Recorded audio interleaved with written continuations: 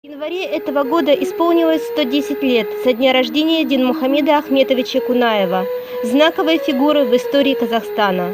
Он появился на свет в городе Верном в 1912 году в небогатой многодетной семье. Трудовой путь Димаша Ахметовича начался в 24 года.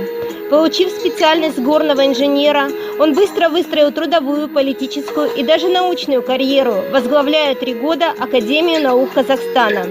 С 1964 по 1986 год, почти четверть века, Кунаев бессменно находился на посту первого секретаря Компартии КЗССР. В это время в республике наблюдался многократный рост промышленности, сельского хозяйства и капитального строительства. На карте Казахстана появились тысячи населенных пунктов, открылись тысячи предприятий.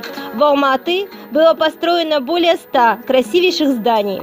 По воспоминаниям современников, Кунаев был скромным человеком, умел ладить практически со всеми людьми.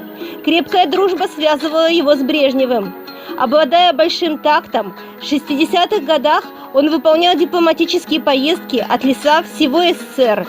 Хорошие отношения долгое время существовали между Кунаевым и первым президентом Казахстана. Со своей женой Зухрой Шариповной Кунаев прожил вместе 50 лет, 6 месяцев и 2 дня. Он был страстным охотником, любил чтение, пешие прогулки, спортивную борьбу. В народе жива память о Кунаеве человеке, спокойном, всегда готовом пообщаться с людьми на родном языке. Спустя год после прихода к власти в СССР Горбачева, 16 декабря 1986 года Кунаев был снят со своего поста. Его отставка породила протестные явления, известные как Желтоксан.